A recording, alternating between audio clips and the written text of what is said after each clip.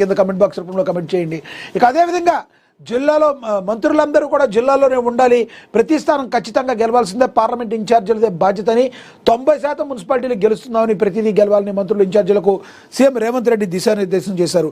అంతకుముందు గత ఎన్నికల్లో జరిగిన ఉప ఎన్నికలు కావచ్చు, గతంలో జరిగిన ఉప ఎన్నికలు కావచ్చు, మొన్న జరిగిన మరి పంచాయతీ ఎన్నికలు కావచ్చు, విజయ దుందుబి మోగించారు. అన్నీ తానై తన భుజస్కంధాల మీద వేసుకున్న సీఎం రేవంత్ రెడ్డి దీన్ని కూడా ఎటువంటి పరిస్థితుల్లో గెలిచి తీరాలి, ఎవరైతే అభ్యర్థులను మీరు ప్రకటిస్తున్నారో అభ్యర్థులను గెలిపించి తీరాల్సిన బాధ్యత కూడా మీ మీదే ఉంటుంది, ప్రతి స్థానం కూడా గెలవాల్సిందే. కాబట్టి గెలుపే లక్ష్యంగా, విజయమే లక్ష్యంగా ప్రభుత్వం ఏవేవైతే మంచి పనులు చేస్తుందో ప్రజలకు వివరిస్తూ తద్వారా కాంగ్రెస్ యొక్క జెండాను జయకేతనం ఎగరవేయాలని చెప్పి సీఎం రేవంత్ రెడ్డి చెప్పడం అయితే జరిగింది. మరి మంత్రులందరూ జిల్లాలకు వెళ్లాలని, రోజువారీగా రిపోర్ట్ తనకు అందించాలని ముఖ్యమంత్రి రేవంత్ రెడ్డి చెప్పారు. మున్సిపల్ ఎన్నికల వేళ జూబ్లీహిల్స్ రోడ్ నివాసం మంత్రులతో, పార్లమెంట్ ఇన్ఛార్జీలతో సీఎం రేవంత్ రెడ్డి భేటీ అయ్యారు. ఈ సందర్భంగా పలు సూచనలు చేశారు. సర్వేల్లో వెనుకబడిన మున్సిపాలిటీలను సీఎం విశ్లేషించారు. మంత్రులందరూ జిల్లాలకు వెళ్లి వెనుకబడిన మున్సిపాలిటీలను విశ్లేషించాలన్నారు. రోజువారీ రిపోర్ట్ తనకు అందించాలని చెప్పారు. మున్సిపల్ ఎన్నికల్లో టికెట్ ఆశించి బాగపడ్డ నేతలను బుజ్జగించాలన్నారు. అందరూ సమిష్టిగా పనిచేయాలని, ఒక్క ఓటు కూడా చేరకుండా జాగ్రత్త పడాలన్నారు. ఖచ్చితంగా అన్ని స్థానాలు గెలిచి తీరాల్సిందేనన్నారు. పాత కొత్త నేతలందరూ సమన్వయంతో ముందుకెళ్లాలని సీఎం రేవంత్ రెడ్డి సూచించారు. ఇక నియోజకవర్గ ఇన్ఛార్జీలతో గెలుపు బాధ్యతని మరొకసారి ఆయన పునరుద్ఘాటించడం అయితే జరిగింది. ఎటువంటి పరిస్థితుల్లో ఈ రానున్న ఇప్పుడు జరగబోతున్న 11వ తేదీన పోలింగ్ జరగబోతుంది. ఈ రానున్న ఎన్నికల్లో ఎటువంటి పరిస్థితుల్లో కాంగ్రెస్ పార్టీ విజయ ఢంకా మోగించాలని చెప్పి తెలంగాణ ముఖ్యమంత్రి రేవంత్ రెడ్డి అయితే తేల్చి చెప్పారు. మీరు అలాగే కాదు, వెనుకబడిన ఏవైతే నియోజకవర్గాలు ఉన్నాయో, గెలుపుకి ఆమడ దూరంలో ఉన్నాయో, ఎందుకు అంత దూరంలో ఉన్నాయి, దాని గురించి విశ్లేషించాలి. ప్రతిరోజు నా రిపోర్టు, డైలీ రిపోర్టు కావాలని కూడా చెప్పడం జరిగింది. ఇన్ఛార్జీలదే, మంత్రులదే అక్కడ బాధ్యత ఉందని కూడా ఆయన ఒకటిసారి తెలియజేయడం అయితే జరిగింది. మరి రానున్న ఎన్నికల, మున్సిపల్ ఎన్నికల్లో కాంగ్రెస్ పార్టీ తన జెండాను ఎగరవేసి ముందుకు వెళ్తుందని మీరు భావిస్తున్నారా? కమెంట్ బాక్స్ రూపంలో కమెంట్ చేయండి.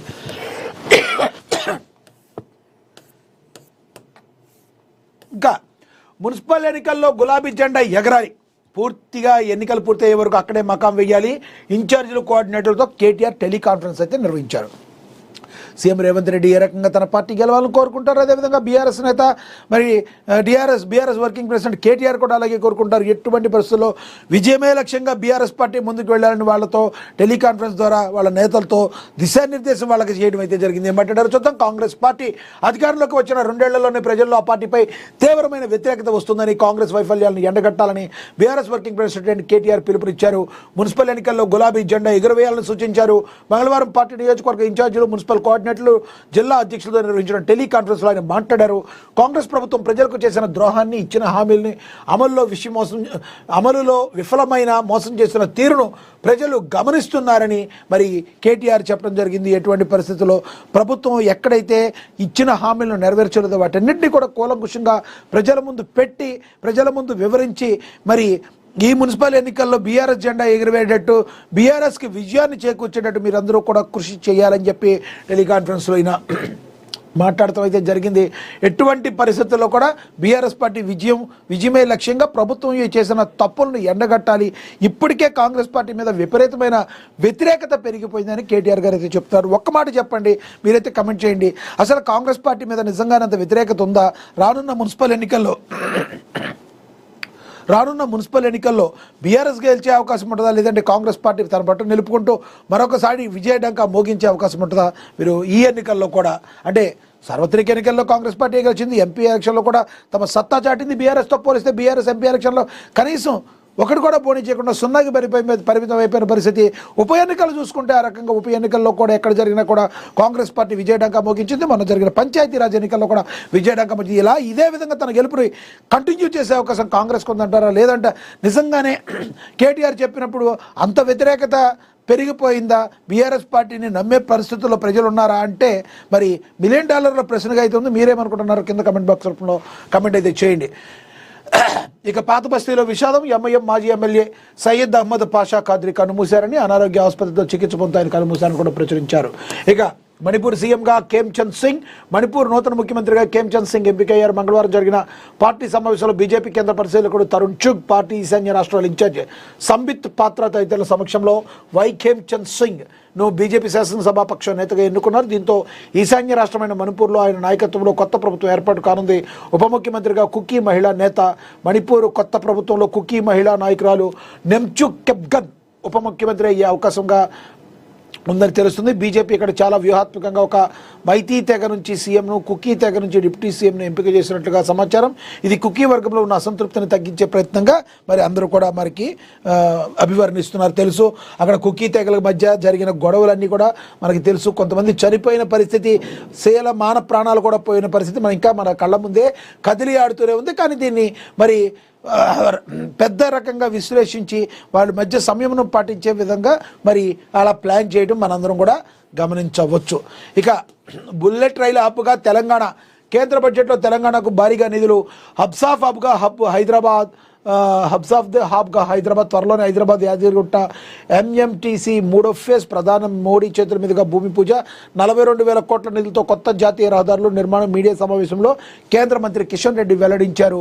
మరి నిర్మలా సీతారామన్ బడ్జెట్లో కూడా ఇది చెప్పడం జరిగింది. ఉచితాల కోసమే బడ్జెట్ అన్నట్లుగా ప్రధాన రాజకీయ పార్టీలు కేంద్ర బడ్జెట్పై తప్పుడు ప్రచారం చేస్తున్నాయని కేంద్ర మంత్రి కిషన్ రెడ్డి మండిపడ్డారు.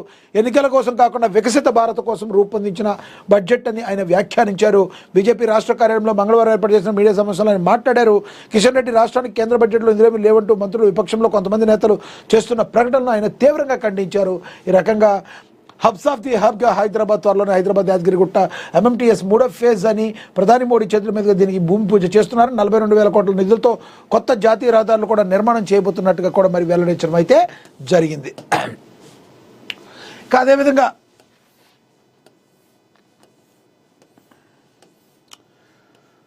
కన్న కొడుకులే తల్లిదండ్రుల పాడిత యమభటులయ్యారా? భూమి కోసం తల్లిదండ్రులపై దాడులు, చావు బతుకుల మధ్య వృద్ధాప్య దంపతుల మరి అరణ్య రోదన, ఫిర్యాదులు చేసినా పట్టించుకొని అధికారులు. ఇది చాలా దౌర్భాగ్యమైన విషయం.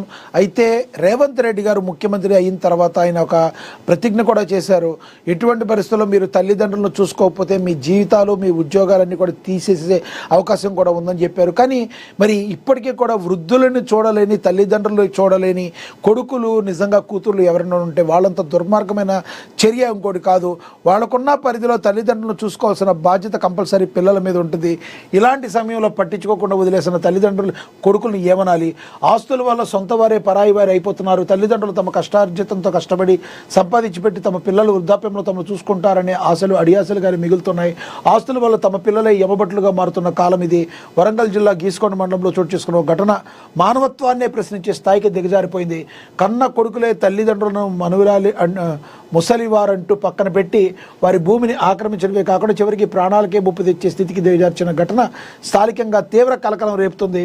గీసుకొండ మండలం ముగిచెర్ల గ్రామానికి చెందిన తిప్పని సమ్మయ్య అనే వృద్ధుడు తన భార్యతో కలిసి జీవనం సాగిస్తున్నాడు.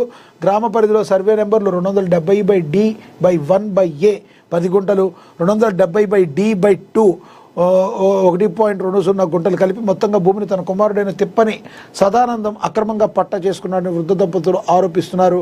అక్రమంగా పొందిన పట్టాను వెంటనే రద్దు చేసి తమ పేరుపై తిరిగి పట్టా చేయాలని అధికారులను కోరుతున్నా ఇప్పటివరకు ఎలాంటి స్పందన లేదని వారు తీవ్ర ఆవేదన వ్యక్తం చేస్తున్నారు. అంతేకాకుండా వృద్ధ దంపతులు నివసిస్తున్న ఇల్లు సుమారుగా 60 సంవత్సరాల క్రితం నిర్మించబడింది. ఆ ఇంట్లోనే నిరంతరం నివసిస్తూ ఇంటి పనులు చెల్లిస్తూ విద్యుత్ కనెక్షన్లు కూడా తమ పేరుపైనే ఉన్నప్పటికీ కుమారుడైన తిప్పని సదానందం ఇంటిని కూడా కూలగొట్టినట్లుగా వారు తెలిపారు. దీంతో వృద్ధ దంపతులు నేడు నిరాశ్రయులుగా మారి పలు గ్రామాలు తిరుగుతూ జీవనం గడపాల్సిన